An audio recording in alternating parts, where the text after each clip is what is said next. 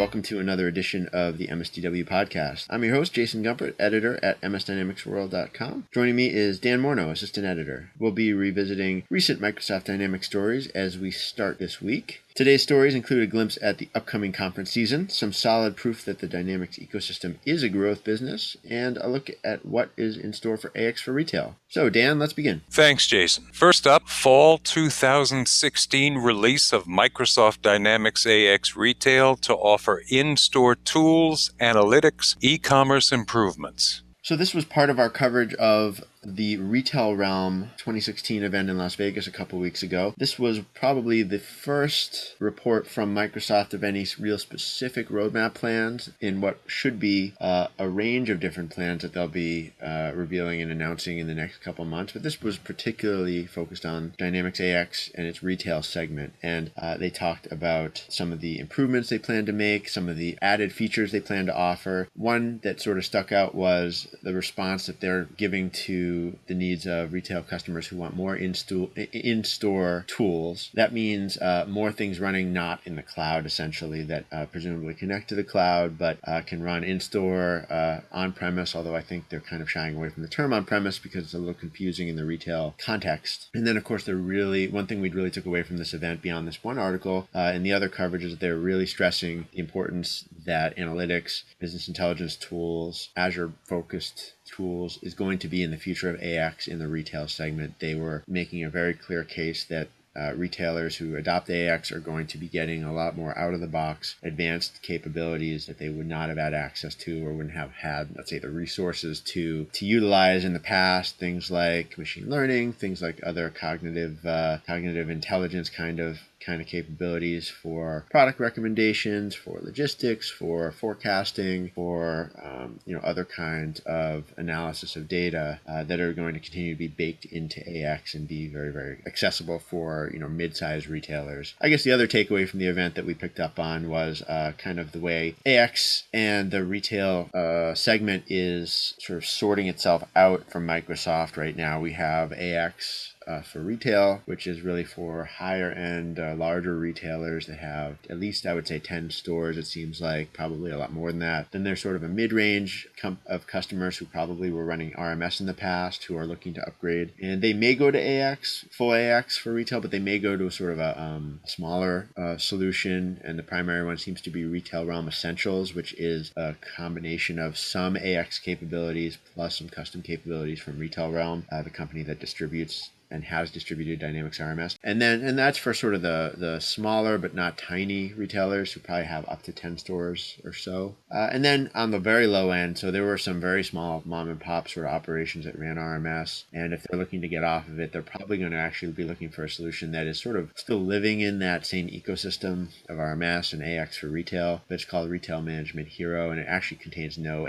Dynamics software. It's really a third-party solution, but it's sort of become part of that spectrum now. So we sort of saw Microsoft, participating in this event and presumably sort of supporting this notion of a sort of shakeout between the different tiers of solutions. And I think their support of this conference and the way that it is growing as a conference is an indication that this is something that Microsoft is sort of supportive of. So yeah, that was the Retail Realm event. Fantastic, thanks.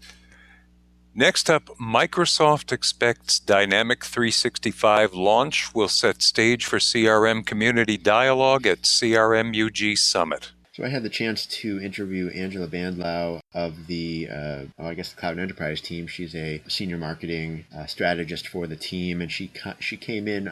She had been a CRM-focused person, but now she has shifted somewhat to the Dynamics 365 launch. And so we talked about CRM UG Summit, but really in the context of Dynamics 365. And what I learned was the virtual launch, or I shouldn't say virtual, the launch event that they have planned for sort of the day before the UG Summits kick off in October is really the point at which they're going to go all in on sharing details. And there are really still a lot of details that are still NDA that probably some partners are aware of that they've been sharing with a few people, but haven't released publicly things that are very important, like pricing, and also things like transitions and what it means to existing customers. And I think it's meaningful that they're doing it in the context of a user group event where the main audience is users, and it's not prospects, and it's or sort of the broader sort of enterprise software audience. We'll have to see how they sort of manage that, because presumably they do want to make a big splash also with the broader sort of IT landscape, press, and analyst community, who I think will be paying attention and will be interested, but are probably going to be getting briefed and updated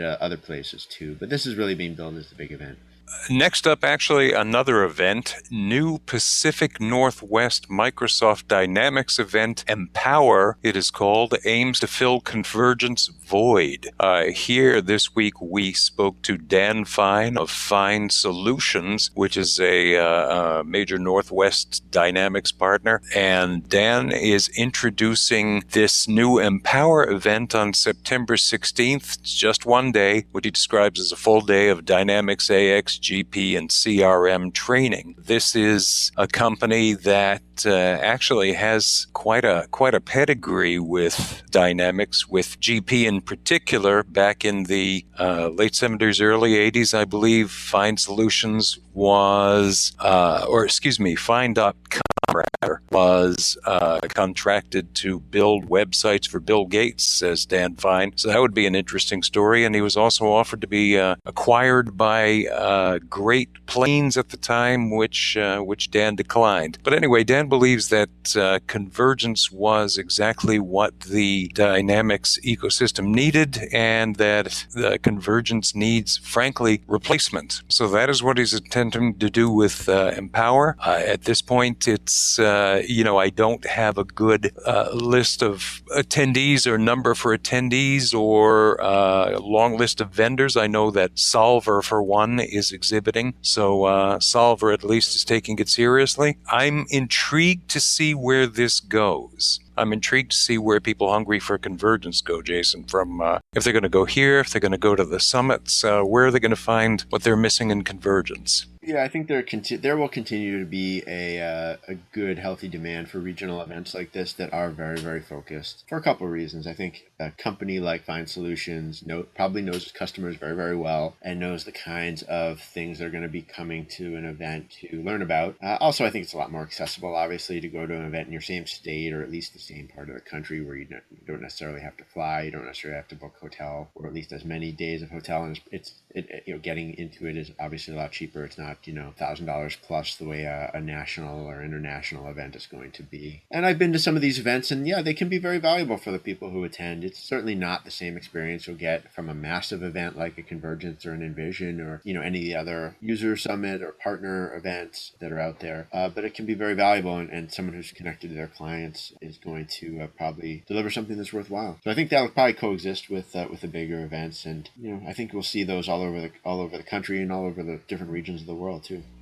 Yeah, and there does seem to be this surge or leadership coming from the, some of the larger partners in saying, well, it is up to us to educate ourselves. It is up to us to partner with one another. It is up to us to create some greater offering that is greater than the two of our companies. So I really give Dan Fine credit. The Convergence was unique in that way. There was a lot of synergy, and I hate to use that kind of a buzzword, but there was a lot of really, really nice alignment. I think people like partners like Fine Solutions really saw that they could send their customers to Convergence. They could be there too, and they could really all get something out of it together, even though they didn't own the event. There was sort of a nice, everyone sort of won, it seemed like, in that scenario. They could show their customer the latest Microsoft updates. They could help tailor their schedules to make sure they pointed their clients to the right sessions and get them the right education. Everyone would come away kind of feeling like they gained something, and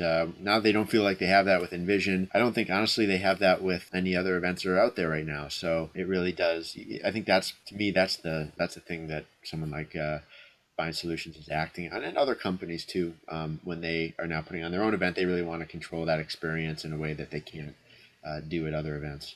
Good luck to Dan Fine. Next up, QBS Group taps former Microsoft Dynamics exec as Chief Commercial Officer. Yeah, so this was a notable hire for QBS. I think Michael Hartmann will be joining them in October, I believe. So anytime someone I would say leaves Microsoft and joins a large and growing Microsoft partner, it's always interesting. QBS Group is a company that really sort of forged a new model for partnering in different geographies and sort of, I guess, consolidating partner operations. They began as a master VAR. They now have a new title. I have to look it up. I believe it's SMB distributor for Dynamics. They've grown their network of associates very, very steadily over the last few years. I believe they're the largest licensed distributor of NAV with well over 300 partners who they manage who sell NAV as well as CRM, I believe maybe even OGP, although I could be wrong about that. And yeah, they just continue to grow, and this is an indication. This hiring of their chief commercial officer is an indication that they're just trying to add more partners, increase the velocity at which they grow their network, and probably broaden it to I think they're in maybe at least a dozen countries now, and I think they want to go even farther. Next up, new Inc. 5000 list identifies growth businesses in the Microsoft Dynamics ecosystem. So every year, I think 30 years now, Inc. magazine has published their Inc. 5000 and Inc. 500 lists, and we've looked at that in the last few years. Microsoft partners do make it onto the list. They apply, they show Inc. their revenue and their growth rates over 3 years, and they make it on the list, mostly under the IT services and software categories. We saw at least 7 companies make it this year. That's actually fewer than we found last year. I think it was almost double that number last year, but still several notable ones, and really a broad range of growth rates that they reported, between 100% growth over 3 years and over 500% growth. But yeah, the number of companies was lower this year. Next up, NAV Directions 2016. Organizers expect forward-looking dialogue with Microsoft, not just speeches. Here we interviewed Catherine Turner Lawrence, who's Vice President of Sales and Marketing at Western Computer. She's also the chair of the NAV Directions Organizing Board. And Catherine said that sponsorship this year and attendees are tremendously excited. There does seem to be a significant Microsoft interest in the events, but there also seems to be sort of a new slate feel of users defining what users want to hear. And of course, what they want to hear about is Dynamics 365, Dynamics NAV, and of course,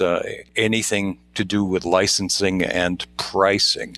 So Directions this year looks like it's going to be a particularly exciting event.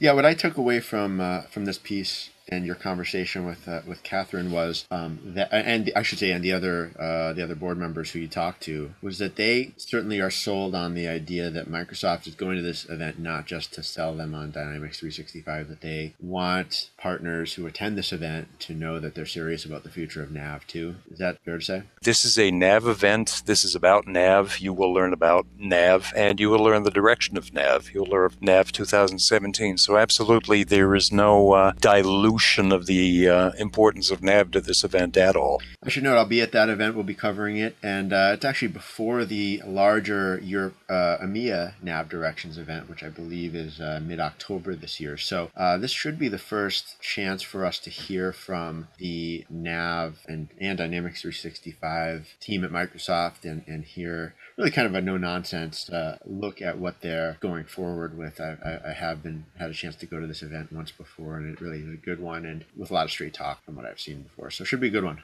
Next up, Fundamentals of Transportation in Microsoft Dynamics AX. So this is a new piece by Scott Hamilton, Microsoft MVP and longtime AX and supply chain consultant and author. In this piece, he summarizes the fundamentals of transportation for supply chain management as it relates to Dynamics AX specifically. He looks at different types of orders using AX, and he uses several illustrative case studies. So if you are at all interested in transportation management with AX, definitely worth a read. It's a long one, but it is really packed with valuable information as Scott always delivers. He does indeed.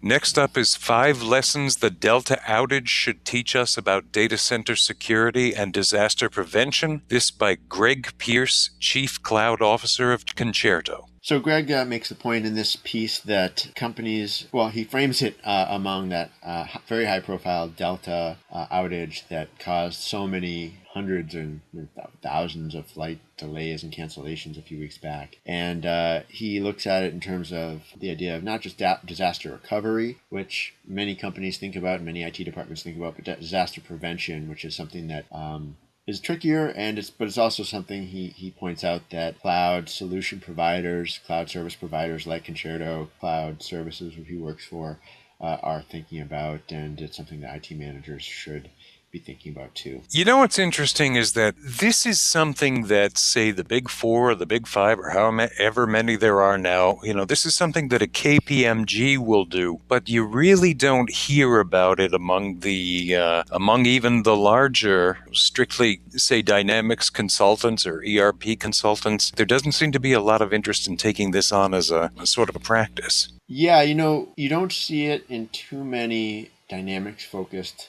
businesses. Concerto is one of a handful, I would say, that actually has both competency in running Dynamics applications and in the larger sort of cloud hosting picture. They not only have expertise because as part of TriBridge, as maybe a sister company of TriBridge, they have that sort of Dynamics connection, but they also have the sort of pure hosting outlook on things, and you do see that in a few other places, but not with traditional partners. Most Dynamics partners, in my view, are just looking to partner up with someone who does have that expertise rather than try to sell it directly as their own competency. Finally, how to support a dynamic replenishment strategy. So this was an article by a new contributor to the site, Nicole Gump. She's an AX consultant at UXC Eclipse. It's great to always welcome a new contributor to the site. And she dove into the dynamic replenishment capabilities of Dynamics AX warehouse management. So she offers an explanation and a short case study on the wave demand replenishment functionality and